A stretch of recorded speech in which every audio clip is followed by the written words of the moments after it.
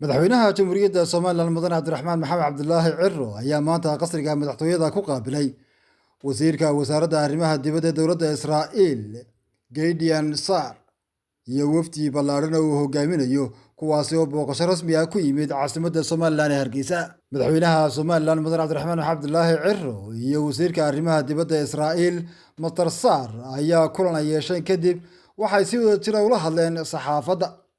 marka koobaad madaxweynaha Somaliland Cabdiraxmaan Maxamed Cabdulaahi Cirro ayaa isagoo ku hadlaya magaciisa ka qaranka Somaliland iyo ka shacabka jamhuuriyadda Somaliland waxa uu ugu horeyn dowladda iyo shacabka reer Israa'iil ugu mahadnaqay go'aankii geesinimada lahaa ee aqoonsiga jamhuuriyadda Somaliland isagoo ku tilmaamay mid leh saameyn diblomaasiyadeed mid dhaqaale iyo mid horumarineed oo si weyn u taabanaysa jamhuuriyadda Somaliland gobolka Geeska Afrika iyo guud ahaan caalamkaba. madaxweynuhu waxa uu sheegay in maanta ay jamhuuriyadda Somaliland u tahay maalin weyn isagoo hoosta ka xariiqay in aqoonsiga Israa'iil uu xoojinayo doorka jamhuuriyadda Somaliland ee ilaalinta nabadda, xasiloonida dimuqraadiyadda, xorriyatul qowlka iyo iskaashiga labada isla markaana uu kor u qaadayo wax wada qabsi ku dhisan danaha istiraatiijiyadeed ee ay labada dal wadaagaan.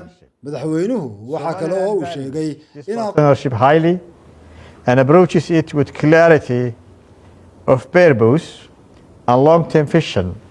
We are committed to building a strategic relationship with Israel that's mutually beneficial and grounded in cooperation across political, security, economic, and development domains.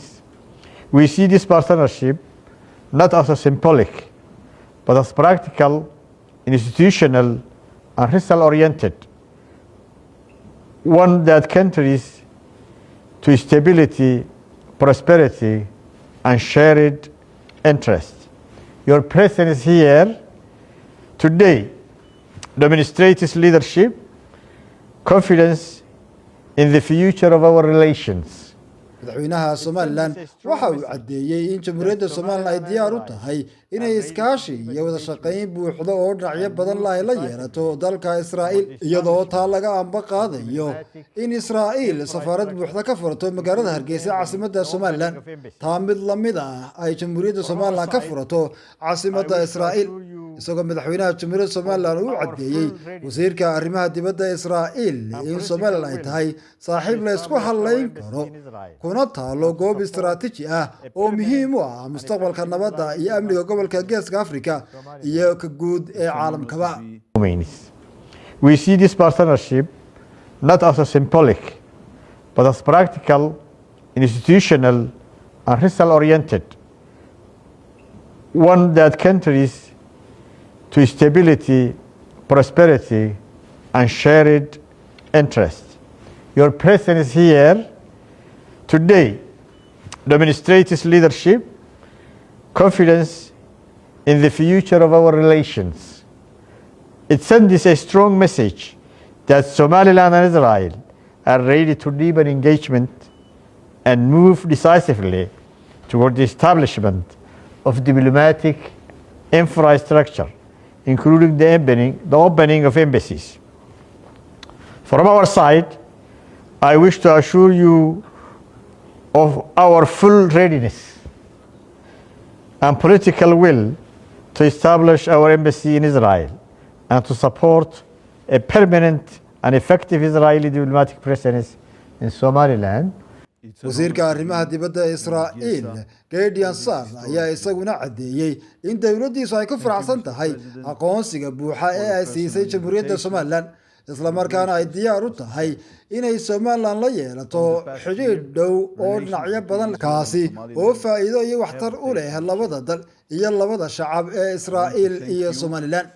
sidoo kale wasiirka arrimaha dibadda ee dowladda Israa'iil waxa hoosta ka xariiqay in aqoonsiga jamhuuriyadda Somaliland uu yahay go'aan ku saleysan xaqa ay ka tashiga ummadda reer Somaliland danaha amniga iyo xasiloonida xilliga dheer ee gobolka Geeska Afrika. Wasiirku waxa uu dowladda Somaliland ku bogaadiyay dimuqraadiyadda shaqaynaysa, nabadda ay ku dhisatay amnigeeda gudaha iyo doorka ay ka qaadato xasiloonida guud ee gobolka Geeska Afrika. Wasiirka arrimaha dibadda Israa'iil Masar Sar waxa uu si cad u sheegay inay dowladdiisu ka go'an tahay inay bulshada caalamka ay u soo bandhigto isla markaana u bayaamiso sooyaalka taariikheed iyo madaxbannaanida Jamhuuriyadda Somaliland, taasi oo muddo badan la iska indhatirayay. Wasiirku waxa xusay in iskaashiga Somaliland iyo Israa'iil uu tusaale u yahay sida ay dowlad mas'uul ahay uga qayb qaadan karto amniga caalamka, horumar waara iyo wada noolaansho ku dhisan dano wadaaga iyo ixtiraam qarannimo. wasiirka arrimaha dibadda Israa'iil waxa uu si cad u sheegay in dowladda Israa'iil ay Jamhuuriyadda Somaliland hore ula jirtay oo ay aqoonsatay 26 Juun 1960 imikana ay la jirto oo ay aqoonsatay 26 bishii 12aad ee sanadkii hore. mustaqbalkana ay hiil iyo hooba la garab taagan tahay, isagoo carabka ku adkeeyay in aanay waxba ka bedelayn go'aanka Israa'iil ay ku aqoonsayso madaxbannaanida Somaliland eedeymaha iyo cambaaraynta ka imanaysa dalalka diidan xiriirka Israa'iil iyo Somaliland, kuwaas oo ay ku jiraan Soomaaliya, Turkiga, Qatar iyo kuwa kale oo aanu xusin. Thank you, Mr. President, for your personal invitation and gracious hospitality. Over the past year, relations between Israel and Somaliland have taken shape. I want to thank you for your close partnership and visionary leadership. I also want to praise Prime Minister Netanyahu for his decision and leadership. Mr. President, it is an historic journey. I held meetings with you and your team. We had an ongoing and extensive dialogue for many months. The relations that we build are based on trust and mutual respect. Eventually, on December 26, Israel and Somaliland signed an historic agreement on mutual recognition and the establishment of full diplomatic relations. We agreed on the mutual appointment of ambassadors and the opening of embassies. We will get that done soon. We agreed to work together to promote relations between our countries for the sake of mutual prosperity. We want to build an enduring and warm friendship, not only between governments, also between the people of Somaliland and the people of Israel. Since December 26, we've seen an authentic joy on display in Somaliland and also in Israel. We are truly moved to play a part in Somaliland's bold journey from independence to recognition. Following my instruction, the Foreign Ministry is working hard to build our ties across a wide range of fields, economy, agriculture, and much more. We recognize that water supply is a key sector for Somaliland. Therefore, we're glad to provide our assistance and expertise on this matter. A water expert was already in Somaliland. He conducted a survey on the natural resources and means of delivery. In the coming months, we'll bring local professionals from Somaliland's water sector to Israel for training. We'll also send Israeli experts here to help implement the new capabilities. In recent years, 49 children from Somaliland have undergone life-saving heart surgery in Israel. We are eager to help in medicine too, and also in education. We will also cooperate on defense and develop a strategic partnership. Somaliland first gained its independence in 1960 from British colonial rule.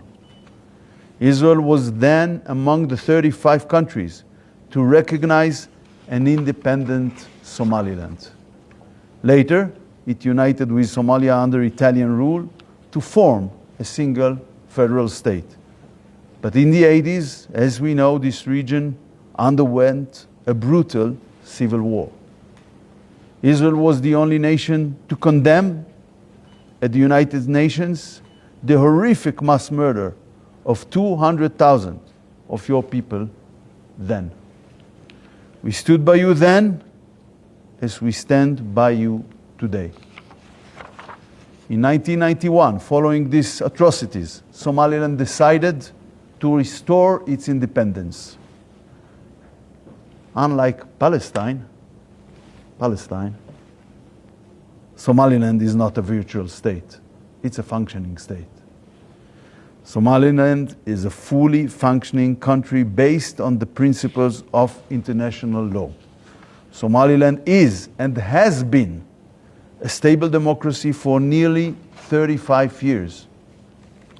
It has democratic elections, most recently in November 2024, and peaceful transitions of power. It's pro-Western and friendly to Israel. Mr. President, Israel is truly honored to be the first UN member state to recognize the Republic of Somaliland as an independent and sovereign state. This is the moral thing to do. And this is what we did. We hear the attacks, the criticism, the condemnations. Nobody will determine for Israel who we recognize and who we maintain diplomatic relation with. I want to remind that the 2005 African Union fact-finding mission stated that Somaliland's search for recognition is self-justified. It listed Somaliland's constitution, defined borders and democratic character.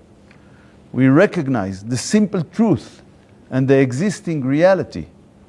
We hope to see other nations soon follow suit. An independent Somaliland rightfully deserves its place among the nations. I welcome Somaliland's intention to join the Abraham Accords. This is a natural connection between democratic countries, both in challenging regions. Mr. President, in our meeting I restated Prime Minister Netanyahu's invitation for you to come on a state visit to Israel. We hope to welcome you to Jerusalem very soon.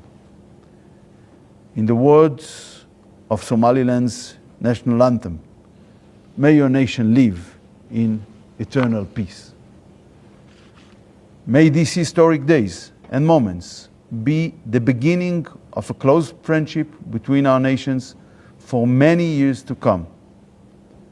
God bless Somaliland. God bless Israel. Thank you.